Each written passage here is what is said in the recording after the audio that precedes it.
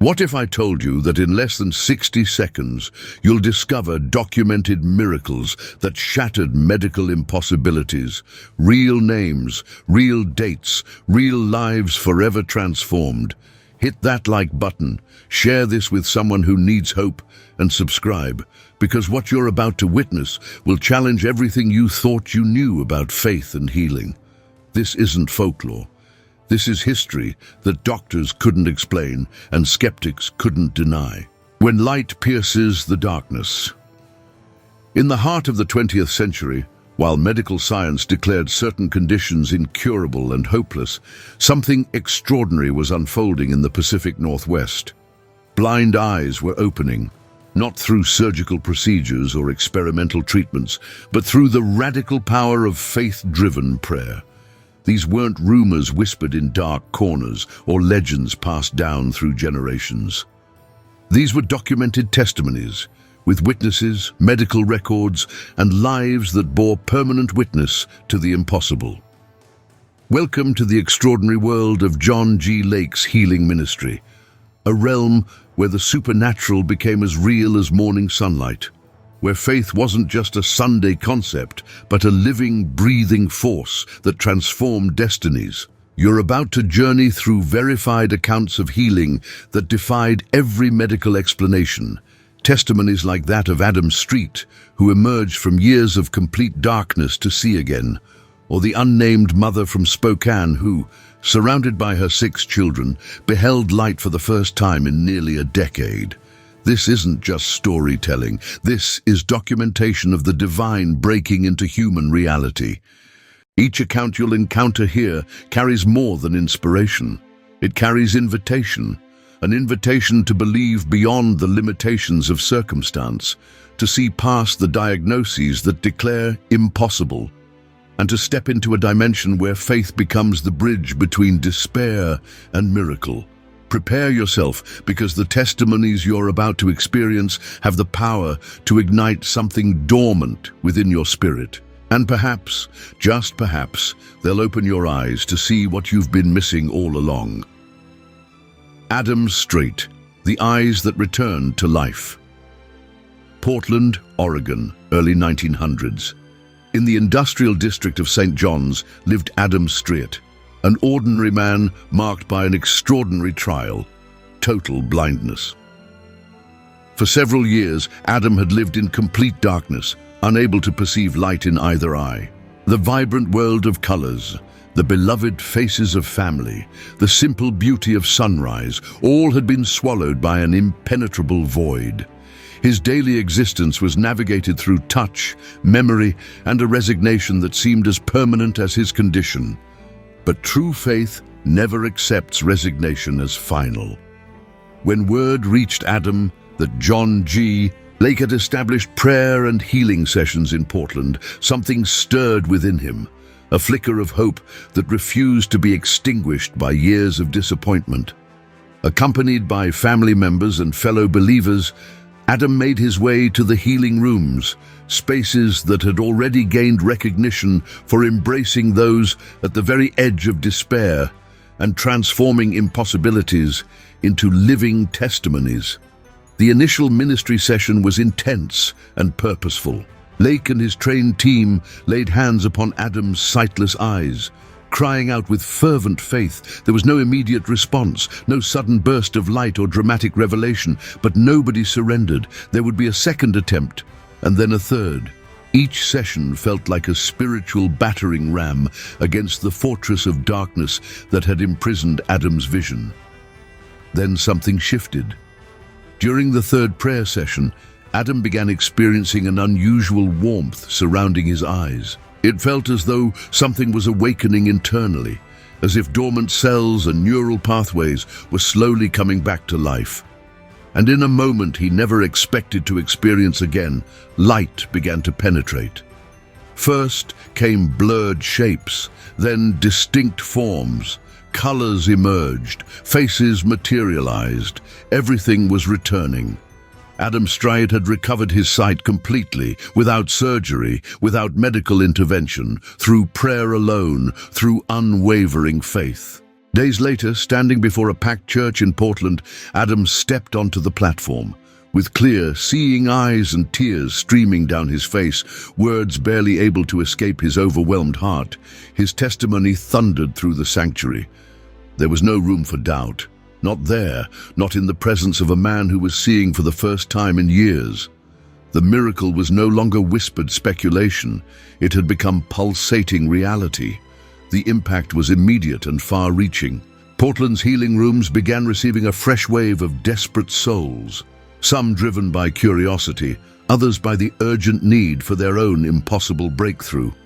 But all carried the same ingredient: hope, ignited by Adam's undeniable testimony. In the days that followed, Adam became an integral part of Lake's ministry, sharing his testimony in churches, healing services, and intimate prayer gatherings in humble homes throughout the region. With each retelling, more hearts were touched, more faith was awakened. Skepticism arose, as it always does when the supernatural confronts human reasoning. Some dismissed it as mass hysteria, others labeled it psychological manipulation. But no argument could erase the fundamental fact. Adam could see. His eyes, which had been locked in darkness for years, now gazed clearly upon the world.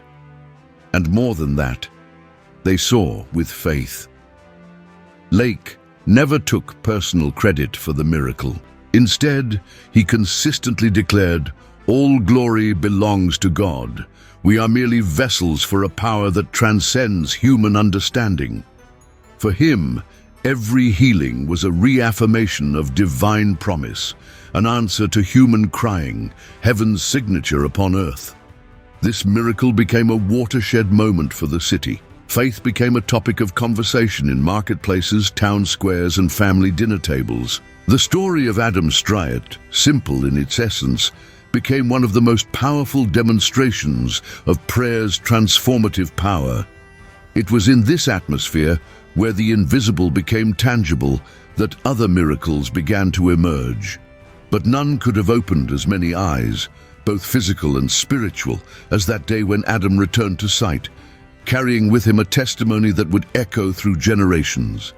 The invisible touch. A mother, 6 children, and Light, Spokane, Washington, between 1915 and 1920. At the epicenter of what many called a divine awakening, while hundreds of people daily crossed the threshold of the healing rooms, a simple woman, her name unrecorded in official history books, but immortalized in the memory of those who witnessed, unknowingly wrote one of the most touching chapters of John G. Lake's ministry. She was the mother of 6 children, all young, all dependent upon her care, alone, without a husband, without family support, without any form of assistance beyond what her faith could provide. But she possessed something that no absence could extinguish: unshakable faith. For 9 years, she had lived in complete blindness. Medical professionals had declared her condition irreversible. No treatment was available. No intervention was possible. Her days were measured by shadows, by the sound of her children's voices, and by dependence upon those same children who guided her through Spokane's streets to Lake's prayer center. She was a constant presence at the healing rooms. She arrived early, feeling the walls with her hands, sensing the floor beneath her bare feet, listening to prayers with closed eyes, though closure made no difference since no light existed for her to perceive. Her children always accompanied her, seated around her during the prayer sessions. They were young, but their eyes were filled with expectation. On this particular morning, nothing seemed different from countless others. The atmosphere was filled with seekers, as always. There was weeping, there was worship, there was intercession, and there was faith, the raw material that seemed to saturate the very air of the healing rooms. At a certain moment during the collective prayer, a reverent silence settled over the space. Everyone had closed eyes, open hearts, and attentive spirits. It was in this instant that the impossible occurred. One of the woman's children, the oldest, would later testify to something inexplicable. He claimed he witnessed a light touch his mother's eyes. It wasn't a physical hand. No human being was near her at that moment. But both he and his siblings insisted there was a presence, something invisible that approached with supernatural gentleness. They saw it, they felt it, and then she saw. The woman began breathing rapidly. She placed her hands over her face. Her eyelids trembled. She opened her eyes, and for the first time in 9 years, light penetrated her pupils. The first image she beheld was the faces of her children. Small faces, crying faces, smiling faces, little hands holding hers. She cried out, a sound that penetrated the walls of that building. It was more than emotion. It was rebirth itself. John G. Lake approached. Alerted by the commotion that was forming, he knelt before her, took her hands, and asked with simple directness, "Can you see?" She responded, "Yes, I can see everything." He touched me. The service stopped. Everyone knelt. There were no more words, only worship. The healing had occurred without human touch, without the laying on of hands. It was direct intervention, a pure manifestation of the Holy Spirit. In the following days, the story spread with incredible velocity. The woman and her children began attending other gatherings, no longer as seekers of miracles, but as living witnesses. Her healing was recognized by everyone who frequented the healing rooms and was recorded in Lake's book, Adventures in God, where he compiled many of the most remarkable miracles of his ministry. The impact of that healing was profound and lasting. More than restoring sight to one woman, that episode restored to Spokane the certainty that the supernatural wasn't confined to biblical pages. It was real, present, and accessible. What touched everyone most deeply was this mother's simplicity. She sought no platform, no recognition. Her only motivation was to see her children, to see the world, to live with dignity. And now, with open eyes and a heart ablaze, she inspired multitudes. The specific healing room where her cure occurred became a symbolic location. Many traveled great distances just to sit where she had sat, to pray where she had prayed, to touch the walls that had heard her cry of resurrection. The woman, though never officially named in records, became known as the Mother of Vision. Not only because she had received her natural sight back, but because she could see what many still couldn't. That faith is capable of opening the eyes even of those who had given up hope of seeing. The fruits of miracle, where faith multiplies. Following the events that forever transformed the lives of Adam Street and the woman of Spokane, the healing rooms entered an unprecedented season. It was as though the very atmosphere had been impregnated with something beyond human comprehension. The air carried more than prayers. It carried divine glory.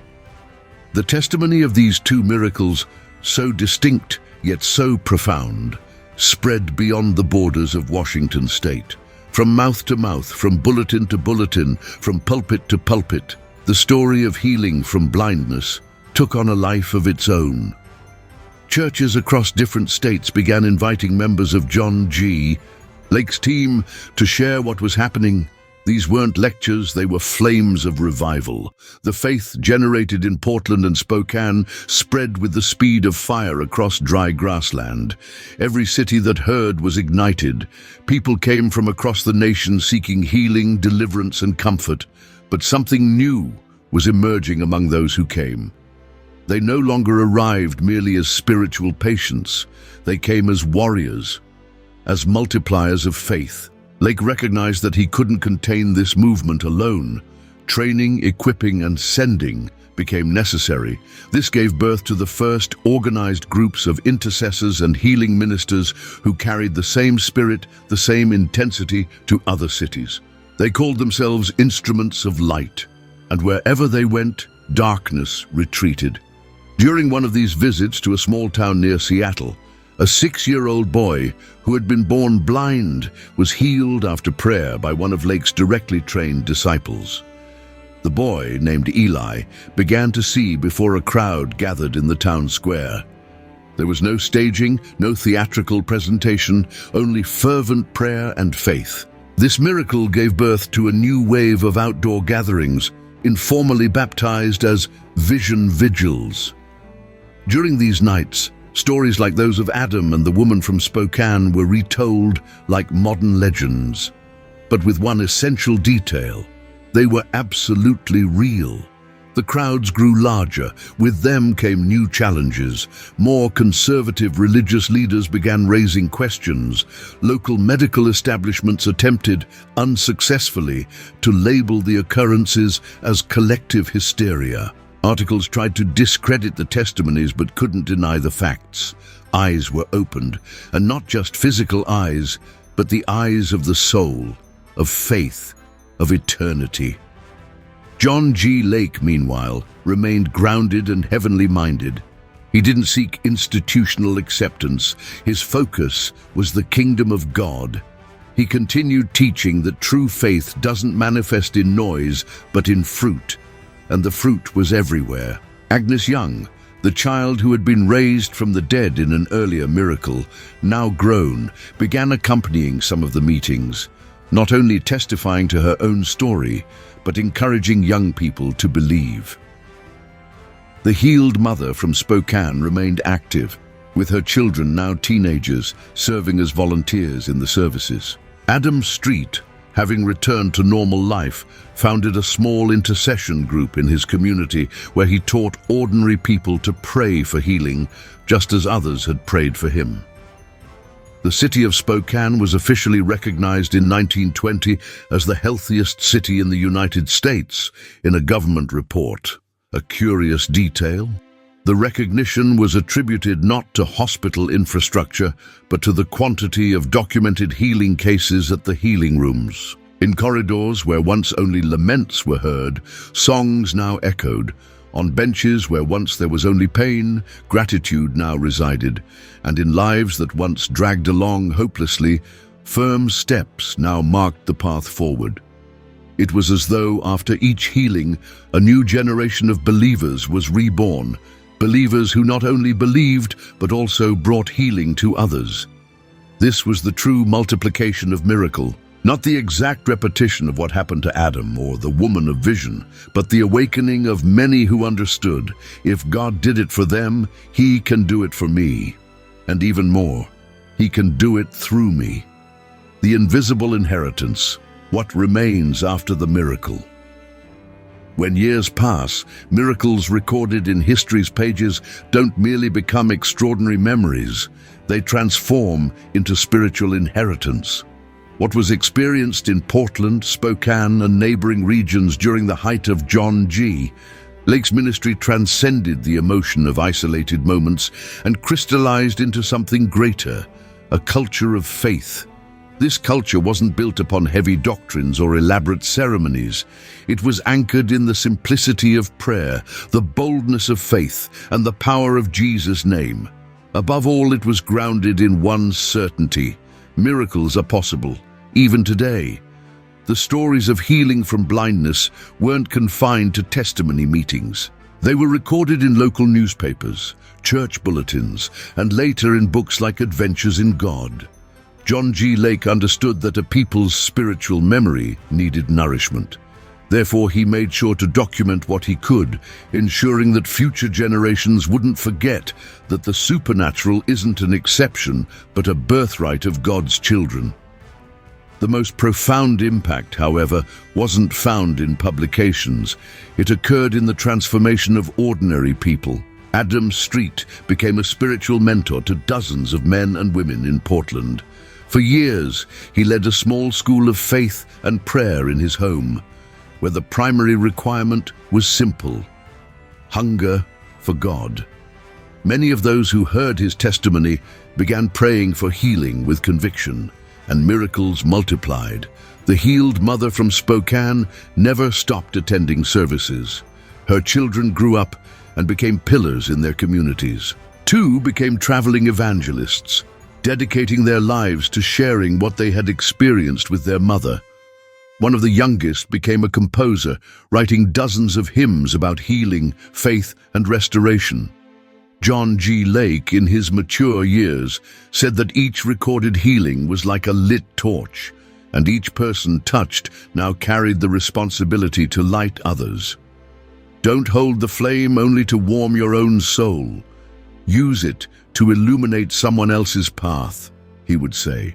As years passed, the miracles became historical reference points and simultaneously a challenge for current days. Like a silent question left for future generations, do you still believe? The city of Spokane, decades later, still preserved remnants of those manifestations.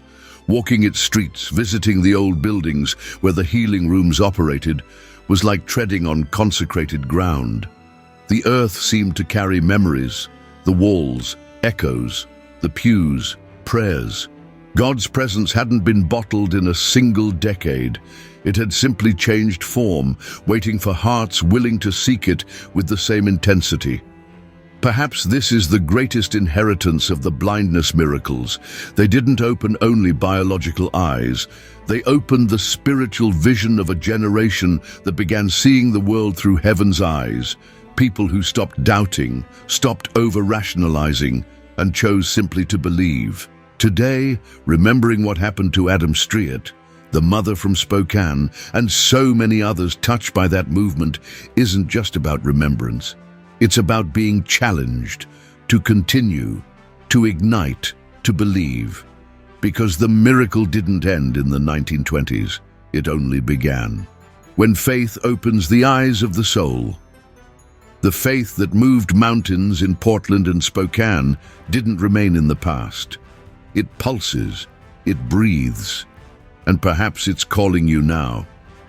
The miracles of healing from blindness you've just encountered aren't merely extraordinary records, they're invitations. Invitations to believe again, to see beyond pain, to awaken the invisible within you. In this channel, every story is a seed. And if you've made it this far, it's because that seed has found fertile soil.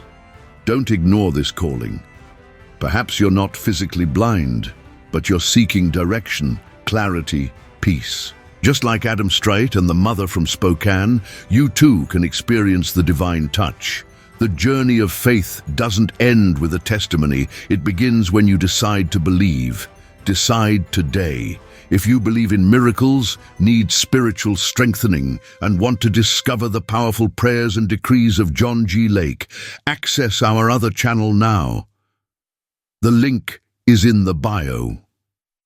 Until the next video, may your eyes be opened to see what God has prepared for those who believe.